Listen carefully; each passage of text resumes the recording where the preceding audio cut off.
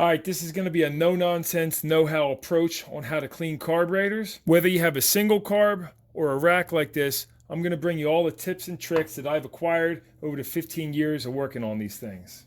So once you've got these suckers off the motorcycle, your first step, especially if you're not familiar, I highly suggest taking some pictures or a short video of the whole setup. So if you get confused when you're putting them together, you got something to refer back to. Next, you're going to want to go overhead these carbs and look for any obvious damage.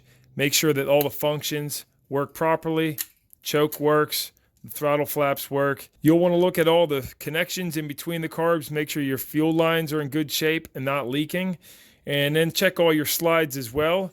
Make sure those go up and down. You're listening for a good sound like that. All right, now your next step before removing anything from these is get some WD-40 carb cleaner or even Simple Green and spray these things down, all the way down. Let them soak on the outside. Get yourself a brush of some sort. You don't want to use a wire brush because that would scratch them all up, but a soft brush, and scrub these guys clean. Get them super clean on the outside and then hose them down. Don't be afraid to spray them with water or whatever you got at hand because we're going to be breaking these all the way down anyway. You can see I've taken these three apart, and I do recommend keeping all of your parts separate per carb. You don't have to, but it's definitely good practice because you never know what you could run into. Everybody's got their own idea of what cleaning carburetors means. You might have one guy that just pours a can of gum out in the fuel tank, or another guy who shoots carburetor spray down the throat here, and you might have another guy that says no less than full carburetor kits or OEM parts and replace all the seals. That's not my take. I say rip these apart first and see what you're up against, because a lot of time you can salvage parts. Like you see these gaskets that came off of mine, totally salvageable. Now we're finally ready to tear into this #1 carburetor here. So before even attempting to take these screws off, I recommend tapping the carburetor like this to try to loosen it up a little bit, loosen the bite between the metals, and then take your Phillips screwdriver and loosen these. If you find they are tight, don't go stripping them out because that's going to be a pain in the butt. Two techniques that I know of. You can get a pair of vice grips on here, but sometimes there's not enough room like on this one. But if you just come vertically with a pair of vice grips in there. Your next option is going to be a hand impact driver like this. And if you don't know how to use these, I'd say look up another video first. But of course, before you go tapping this with a hammer, I recommend actually suspending the carburetors and having a friend help you or get some cushion under it, because you don't want to go hitting this with a hammer while it's on the table, of course. Mine aren't seized, so let's take this apart. With all the screws removed, use your screwdriver to tap this thing and loosen it up. If you're lucky, the gasket is going to separate. If it's separating not cleanly, you might want to get in there with a flat blade screwdriver and assist, because if you can get this gasket to come off in one piece like this, you can reuse it. We can see this thing's in pretty rough shape. At this point, you'll want to fill this up with some gum out or carb clean. Just fill the whole thing up and let it go soak. But pay extra special attention to this hole right here. This is what's called a choke circuit jet, and sometimes these get clogged up, so you want to spray through that and make sure it comes out this hole right here. Now we're looking inside of here, and things are pretty clogged up in rough shape. When I originally took this apart, the float was actually stuck in a down position, and so that's why when I filled these things up with fuel, just started shooting fuel everywhere because this float was stuck and it couldn't float up to shut the fuel off. So you're looking for a float that swings around freely like that. Of course, I've had this apart, so it's moving freely now. Sometimes the pins are just floating, but on these Mikunis, they're not. They're like almost like a little press fit into these towers. So you can use a punch, but do not come in here with a hammer like this, because you will snap these little towers right off. I've seen many people do it. Use something small like this little screwdriver here so you don't have enough momentum to actually break anything. And if it's seized, you might have to come in here with this micro butane torch and heat this aluminum up, or get some WD-40 soaking in there. Sometimes they do seize up. But in my case, I was able to get a little bit of tap and came out of there. Quick note for you, if your carburetors have hollow brass or plastic floats, unlike these are almost like a spray foam or whatever, but these can become saturated, and if they do, that's a problem. You have to replace them. or if you have the hollow ones, you got to make sure the plastic is sealed, or the brass, because if fuel gets inside of these and they don't float anymore, you're going to have to replace them. Now you can dump your needle out of the seat here, if it even slides out. You're going to want to inspect your needle, make sure it doesn't have any corrosion or damage on there, especially if you have a metal head like this. If it's a rubber head, just make sure it's rubbery and in good shape. A lot of time you got to replace those rubber ones though. And then on the back you'll have this plunger here. If you find this plunger on the end is seized, you got to get in there with some carb clean, soak that overnight sometimes to loosen it out, and use some compressed air and blow all the crud out of there. Now these carbs have the removable needle seat, which is great. A lot don't, and if they do have removable ones, you definitely want to take those off. So take the retainer off the top there, and then spray some WD before you even try wiggling this thing out of here, and come in with a pair of pliers, and don't go gripping on it too tight, but start wiggling it back and forth, get that WD or whatever you're using down in there, and then you can slide that out. So you can see on the bottom you got a screen, and before you go clean this thing with any carb cleaner or anything like that, I recommend removing the O-ring from it carefully so that you can reuse it. And now you want to take a light and take a good look at that seat, make sure it's in decent shape.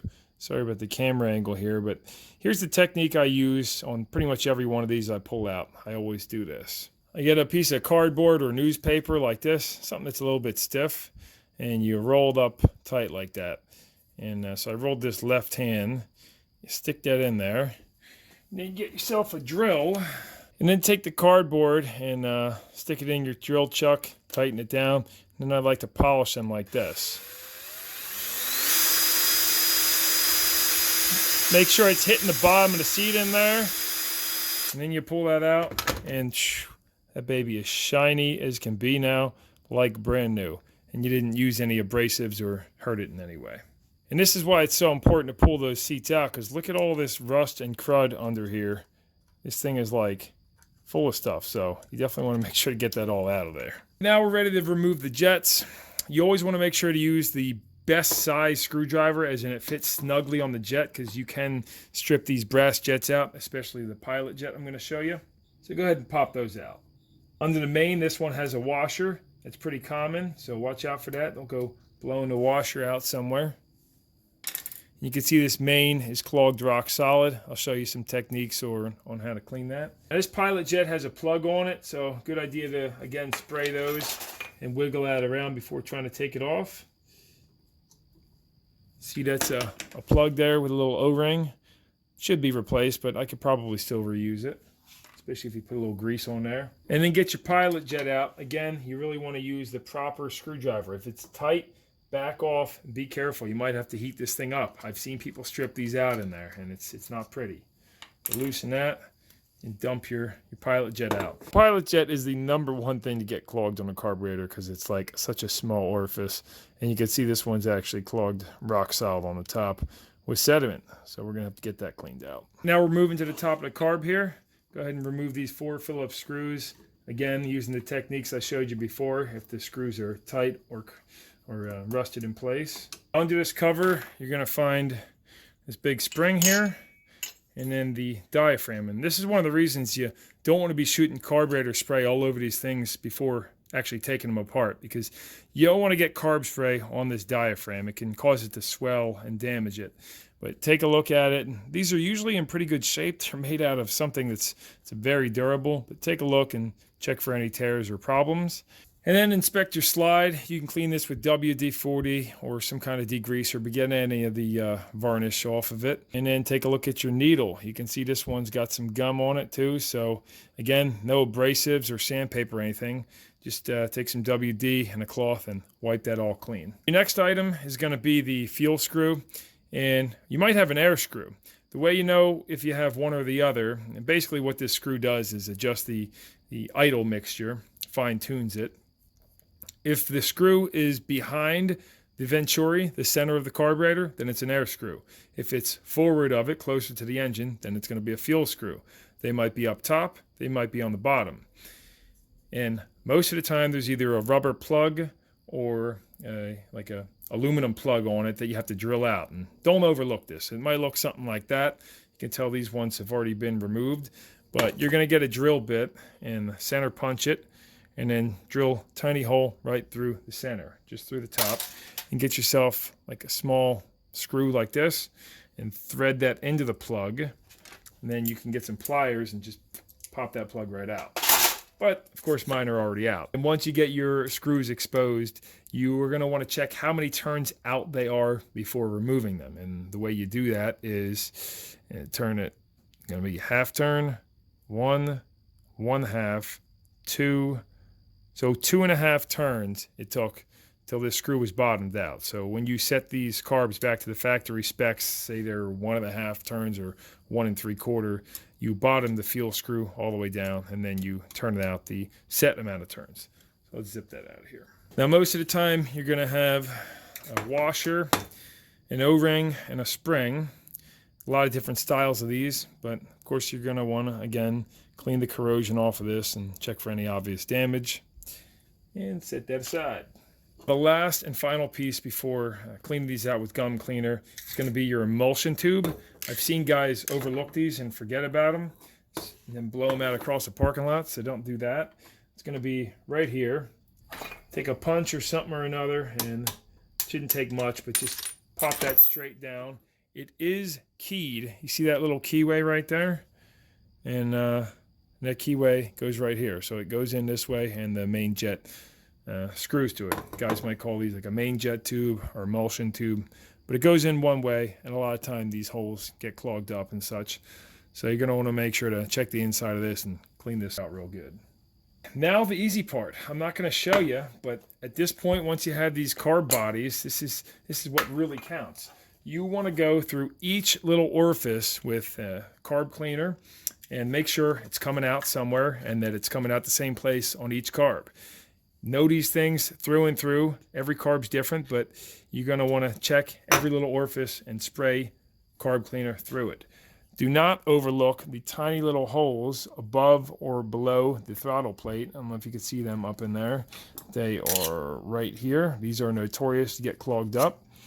And don't forget your choke jet right here. This dips down into the fuel bowl, because when you pull this choke out, it comes through this little venturi right here, and it will pull fuel up this jet. Those are notorious to get clogged and give you hard starts.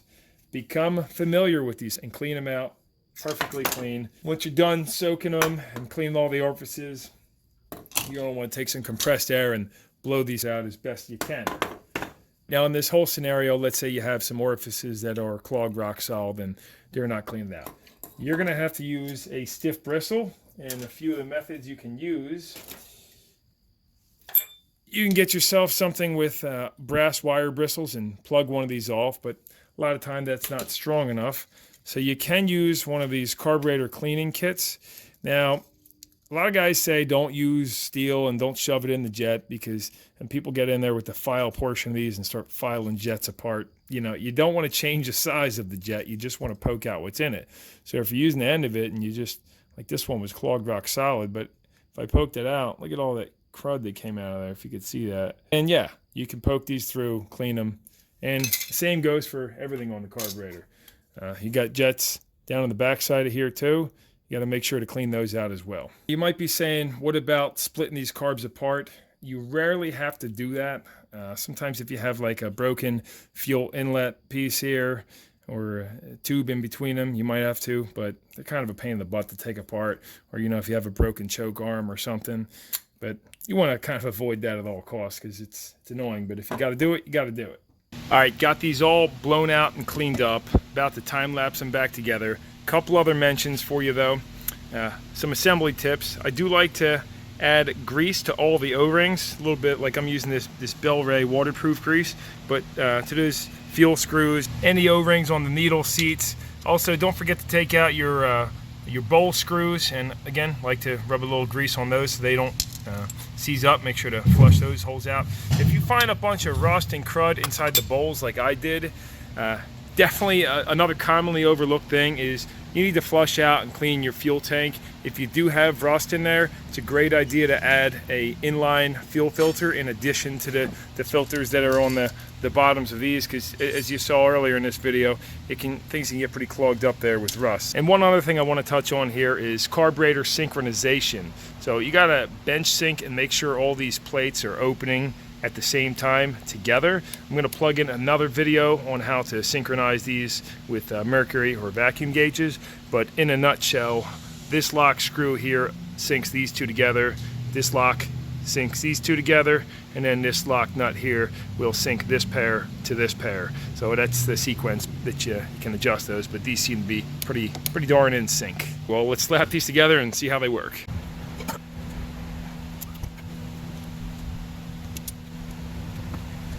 Quick note here on these diaphragms, most of these are usually keyed like this one, so you got to make sure to rotate that properly. And you might have a problem where it doesn't want to stay in the groove, so you can dab some grease in here, or maybe even a little silicone if you have to resort to that to be able to keep it in there. But if this diaphragm's torn or you don't have it seated properly, as soon as you tighten this top down, you can tell right away, because the slide's just going to drop real quick like that and you're not going to get a good sound. So watch out for that.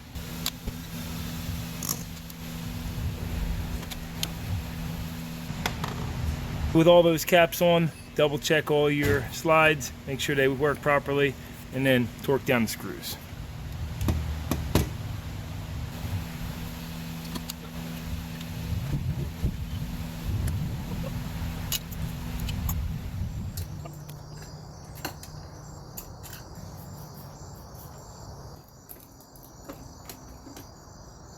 Got the carbs bolted in and hooked up, new manifolds on there. I've got this auxiliary fuel hooked up to it, and I like to do this prior to putting the tank on, and especially these intake boots, because these are really a pain in the butt to get slid over and onto these carbs. So if you do all that and then you have a float leaking, well, right now I can easily fix that float, but you can see all these with fuel on there, not leaking at all. So let's see if this thing fires up.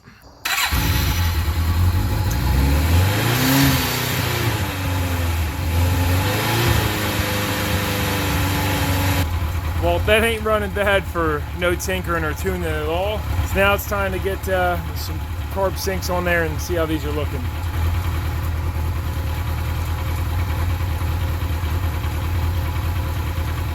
All back together, got those fuel ratio screws set right.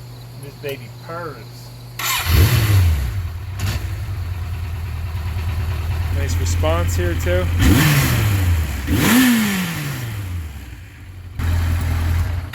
Good stuff.